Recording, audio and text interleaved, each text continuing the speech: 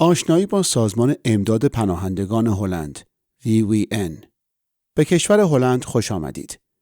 هلند کشوری کوچک واقع در کنار دریا در اروپای غربی است و جمعیتی در حدود 18 میلیون نفر دارد.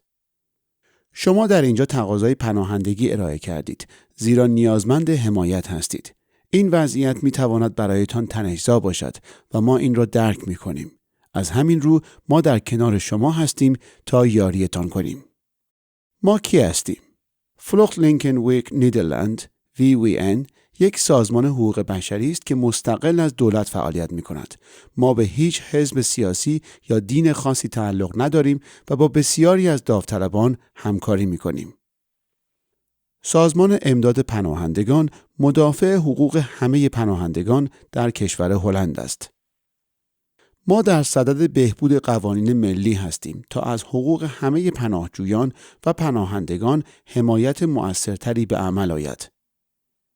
این احتمال وجود دارد که به سبب جنگ، تهدید یا ناامن بودن شرایط در کشور خود ناچار به ترک آن شده باشید.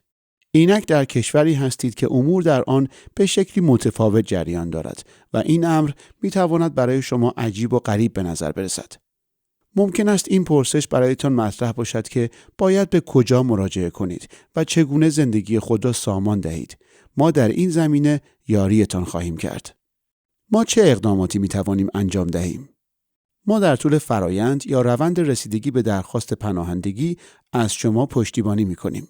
ما توضیحات لازم را ارائه می دهیم، به سوالاتتان پاسخ می دهیم و در این مسیر با شما همفکری می کنیم.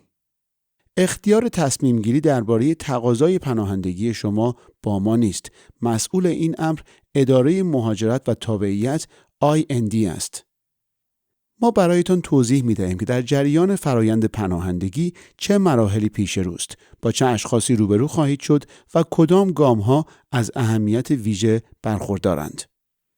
ما می توانیم یاریتان کنیم تا نیاز به دریافت حمایت را به درستی بیان کنید. چنانچه مایل باشید یکی از کارمندان ما در گفتگو با اداره مهاجرت و تابعیت IND حضور یابد، می توانید این درخواست را به وکیل خود اعلام کنید. در صورت دریافت اجازه اقامت می توانیم در روند ساماندهی و ساختن زندگی مستقل شما در کشور هلند از شما پشتیبانی کنیم. در این مرحله دوره نو برای شما شروع می شود. همه چیز از زبان گرفته تا خانه، محیط زندگی و قوانین برای شما تازگی خواهد داشت. در بسیاری از شهرها سازمان امداد پناهندگان آماده ارائه خدمات به شماست. ما در مسائل عملی همچون بیمه، معرفی پزشک عمومی، دندانپزشک و نیز یافتن مدرسه برای فرزندانتان شما را یاری می‌کنیم. در برخی موارد می توانیم شما را در روند الحاق خانواده، تمدید مجوز اقامت یا ارائه درخواست تابعیت یاری دهیم.